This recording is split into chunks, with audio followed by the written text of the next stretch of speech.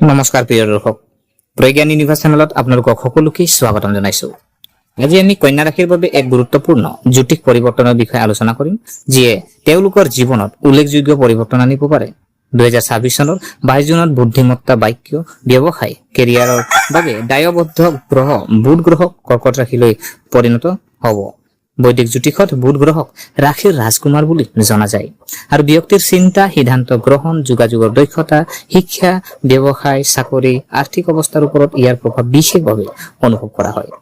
এই প্ৰৱেশ কন্যা ৰাশিৰ বাবে বিশেষ বুলি গণ্য কৰা হয়, কাৰণ বুধ আপোনাৰ ৰাশিৰ শাসক গ্ৰহ। ৰাশিৰ প্ৰভু যেতিয়া শুভ অৱস্থাত থাকে তেতিয়া জীৱনৰ বহু ক্ষেত্ৰত ইতিবাচক ফলাফল পোৱা যায়। বুধ ৰাশিৰ এই প্ৰৱেশ আপোনাৰ ৰাশিৰ একাদশ স্থানত হ'ব, যিয়ে আয় লাভ, কামনা পূৰণ, সামাজিক প্ৰতিপত্তি আৰু ডাঙৰ আৰ্থিক সুযোগ প্ৰতিনিধিত্ব কৰে। গতিকে 2026 চনৰ 22 জুনৰ পৰা আৰম্ভ হোৱা সময়ছোৱা কন্যা ৰাশিৰ বাবে নতুন কৃতিত্ব, আৰ্থিক শক্তি, কেৰিয়াৰৰ উন্নতি, জীৱনত ইতিবাচক পৰিৱৰ্তন আনিব পাৰে। প্ৰথমে আপোনাৰ আৰ্থিক অৱস্থাৰ বিষয়ে আলোচনা কৰা যাওক। যদি আপুনি কিছুদিনৰ পৰা আৰ্থিক হেঁচাত পৰিছে, আশা কৰা ধৰণে আয় বৃদ্ধি হোৱা নাই বা আপুনি আৰ্থিক সমস্যাৰ সন্মুখীন হৈছে, তেন্তে লাহে লাহে কথাবোৰ সলনি হ'ব পাৰে। বুধ গ্ৰহ এই প্ৰৱেশে আপোনাৰ আয় বৃদ্ধি কৰিব পাৰে। আয়ৰ নতুন উৎসৰ ইংগিত দিয়া হৈছে। বহুতে অতিৰিক্ত উপাৰ্জনৰ সুযোগ বিচাৰি পাব পাৰে। যিসকল পাৰ্শ্ব ব্যৱসায় চলাই বা চাকৰিৰ সমান্তৰালভাৱে অনলাইন কাম কৰে, তেওঁলোকে লাভৱান হোৱাৰ সম্ভাৱনা থাকে। দীৰ্ঘদিন ধৰি স্থবিৰ হৈ থকা ধন উদ্ধাৰ হ'ব পাৰে। পুৰণি বিনিয়োগৰ পৰা আপুনি লাভৱান হ'ব পাৰে। যদি আপুনি কোনো আঁচনিত বিনিয়োগ কৰিছে, তেন্তে ইয়াৰ ইতিবাচক ফলাফল হ'ব পাৰে।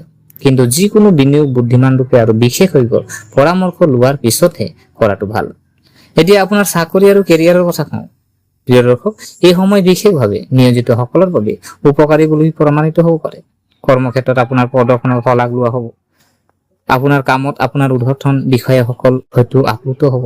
দীৰ্ঘদিন ধৰি পদোন্নতি বা দৰমহা বৃদ্ধিৰ বাবে অপেক্ষা কৰি থকা সকলে ভাল খবৰ পোৱাৰ সম্ভাৱনা আছে। আপোনাৰ আত্মবিশ্বাস বাঢ়িব আৰু আপোনাৰ সিদ্ধান্ত লোৱাৰ ক্ষমতাও শক্তিশালী হ'ব। কোনো গুৰুত্বপূৰ্ণ প্ৰকল্পৰ দায়িত্ব আপোনাক দিয়া হ'ব পাৰে। যদি আপুনি চাকৰি সলনি কৰাৰ কথা ভাবিছে, তেন্তে এইবাৰ নতুন সুযোগ আহিব পাৰে। সাক্ষাৎকাৰ আৰু প্ৰতিযোগিতামূলক নিৰ্বাচন প্ৰক্ৰিয়াত আপোনাৰ সফলতাৰ সম্ভাৱনা বৃদ্ধি পাব পাৰে। সংবাদ মাধ্যম, বিপণন, বেংকিং, একাউণ্টিং, শিক্ষা, IT, লেখা, সাংবাদিকতা, ডিজিটেল, বিপণন বা যোগাযোগৰ সৈতে জড়িত ক্ষেত্ৰত কাম কৰা সকলে উল্লেখযোগ্য লাভৰ লক্ষণ দেখা পাইছে। প্ৰিয় দৰ্শক, এতিয়া ব্যৱসায়ৰ কথা কওঁ। ব্যৱসায়ত নিয়োজিত কন্যা ৰাশিৰ বাবে এই প্ৰৱেশ অত্যন্ত শুভ বুলি প্ৰমাণিত হ'ব পাৰে। নতুন ব্যৱসায়িক পৰিকল্পনা সফল হ'ব পাৰে। এটা ডাঙৰ চুক্তি চূড়ান্ত হ'ব পাৰে। নতুন ক্লায়েণ্ট যোগ হ'ব পাৰে। ব্যৱসায় সম্প্ৰসাৰণৰ সুযোগ আহিব পাৰে। অংশীদাৰিত্ব থকা সকলে সমৰ্থন আৰু লাভ দুয়োটা লাভ কৰিব পাৰে। বিপণন আৰু নেটৱৰ্কিং লাভজনক হ'ব। নতুন যোগাযোগৰ ফলত ভৱিষ্যতে আৰ্থিক বৃদ্ধি হ'ব পাৰে। বৈদেশিক বাণিজ্যতো ইতিবাচক ফলাফল পোৱাৰ সম্ভাৱনা আছে। যদি আপুনি নতুন ব্যৱসায় আৰম্ভ কৰিব বিচাৰে, তেন্তে সঠিক পৰিকল্পনাৰে আগবাঢ়িব পাৰে। এই সময়টো ছাত্ৰ ছাত্ৰীৰ বাবে যথেষ্ট শুভ যেন লাগে। বুধক শিক্ষা আৰু বুদ্ধিৰ গ্ৰহ বুলি গণ্য কৰা হয়।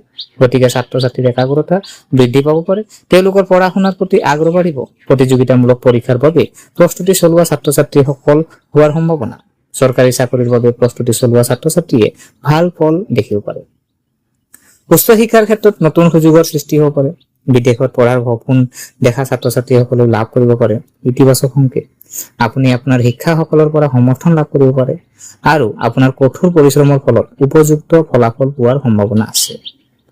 প্ৰিয় দৰ্শক, এতিয়া জানো আহক যে পাৰিবাৰিক জীৱনৰ কথা কওঁ। যিটো আপোনাৰ 22 তাৰিখৰ পৰা পাৰিবাৰিক জীৱনৰনো কেনেকে প্ৰভাৱ পৰিব। পৰিয়ালটোত হয়তো সুখ আৰু শান্তিৰ পৰিৱেশ বিৰাজমান হ'ব। পৰিয়ালৰ সদস্যৰ সৈতে সম্পৰ্ক সুদৃঢ় হ'ব পাৰে। শুভ অনুষ্ঠানৰ পৰিকল্পনা হ'ব পাৰে। পৰিয়ালটোক এক সুখৰ পৰিৱেশ সৃষ্টি হ'ব। পুৰণি বিবাদৰ অন্ত পৰিব পাৰে। আপুনি আপোনাৰ ভাই ভনীৰ পৰা সমৰ্থন লাভ কৰিব আৰু বন্ধু বান্ধৱীৰ পৰাও লাভৰ সম্ভাৱনা আছে। আপোনাৰ সামাজিক প্ৰতিপত্তি বাঢ়িব পাৰে। আপোনাৰ চিন্তা আৰু ব্যক্তিত্ব মানুহ আপ্লুত হ'ব। সমাজত সন্মান লাভ কৰিব পাৰে। সামাজিক বা ধৰ্মীয় অনুষ্ঠানতো অংশগ্ৰহণ কৰাৰ সুযোগ পাব পাৰে। প্ৰেম আৰু বৈবাহিক জীৱনৰ কথা আহিলে এই সময়খিনি যথেষ্ট ইতিবাচক যেন লাগে। প্ৰেমত পৰা সকলে হয়তো নিজৰ সম্পৰ্কবোৰ দৃঢ় হৈ উঠে। পাৰস্পৰিক বুজাবুজি বৃদ্ধি পাব আৰু ভৱিষ্যতৰ পৰিকল্পনাৰ বিষয়ে আলোচনা হ'ব পাৰে। অবিবাহিত জাতক জাতিকা বিবাহৰ প্ৰস্তাৱ পোৱাৰ সম্ভাৱনা আছে। আপোনাৰ বৈবাহিক জীৱনত হোৱা ভুল বুজাবুজিৰ সমাধান হ'ব পাৰে আৰু আপুনি আপোনাৰ পত্নীৰ পৰা সমৰ্থন লাভ কৰিব। প্ৰিয় দৰ্শক, এতিয়া আমি জানো আহক স্বাস্থ্যৰ কথা কওঁ, যিটো স্বাস্থ্যৰ দিশটো। সাধাৰণ স্বাস্থ্য ভাল হোৱাৰ সম্ভাৱনা আছে। মানসিক চাপ কমি যাব পাৰে, আত্মবিশ্বাস বাঢ়িব আৰু ইতিবাচক চিন্তাৰ বিকাশ হ'ব। অৱশ্যে আপোনাৰ খাদ্য অভ্যাসৰ প্ৰতি বিশেষ মনোযোগৰ প্ৰয়োজন হ'ব। অত্যাধিক তেলীয়া আৰু টেঙা খাদ্য পৰিহাৰ কৰক, পৰ্যাপ্ত টোপনি লওক আৰু নিয়মীয়া ব্যায়াম দৈনন্দিন জীৱনত অন্তৰ্ভুক্ত কৰক। বুধ গ্ৰহৰ এই প্ৰৱেশে আপোনাক অধিক মানসিকভাৱে সক্ৰিয় কৰি তুলিব পাৰে, গতিকে আপোনাৰ অতিমাত্ৰা চিন্তা কৰাৰ প্ৰৱণতা কেতিয়াবা বাঢ়িব পাৰে। ধ্যান আৰু যোগাসন আপোনাৰ বাবে উপকাৰী বুলি প্ৰমাণিত হ'ব পাৰে। এতিয়া এই সময়ছোৱাত আপুনি লাভ কৰিব পৰা বিশেষ সুবিধাসমূহৰ বিষয়ে জানিব।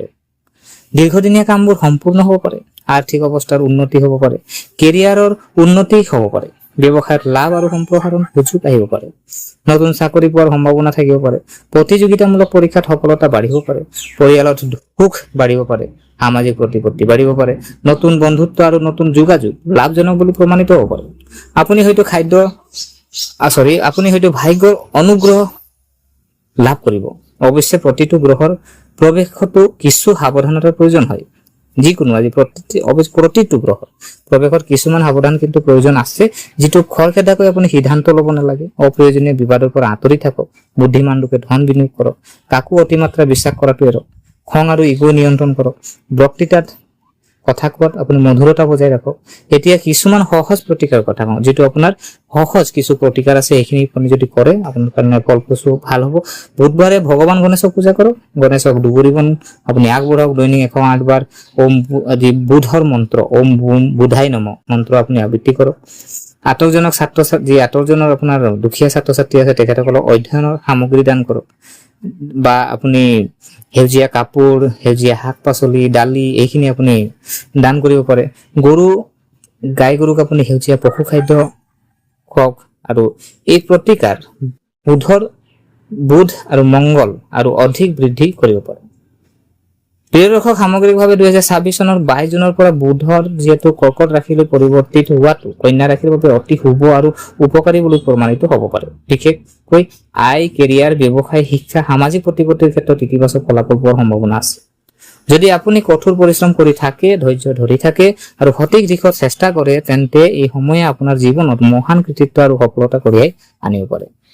গতিকে বন্ধুসকল, এই আছিলে আপোনাৰ, যিহেতু আজি ক'বলৈ গ'লে যি বুধ গ্ৰহ আজি কৰ্কট ৰাশিত প্ৰৱেশত আপোনাৰনো কি ফলাফল পাব তাৰ ওপৰত আমি যিহেতু আপোনালোকৰ ওচৰত আমি দাঙি ধৰিলো। গতিকে আশা কৰিছো আপোনালোকে ভিডিঅ'টো চাই ভাল পালে। যদি এই ভিডিঅ' আপোনাৰ কিঞ্চিত মানুহ লাভান্বিত কৰিলে, তেনেহ'লে ভিডিঅ'টো লাইক এটা কৰিব, আৰু যিমান পাৰে ভিডিঅ'টো আপোনালোকৰ বন্ধু বান্ধৱ পৰিয়ালবৰ্গৰ লগত শ্বেয়াৰ কৰক।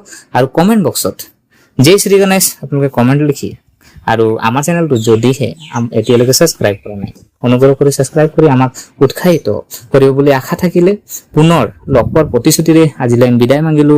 ধন্যবাদ।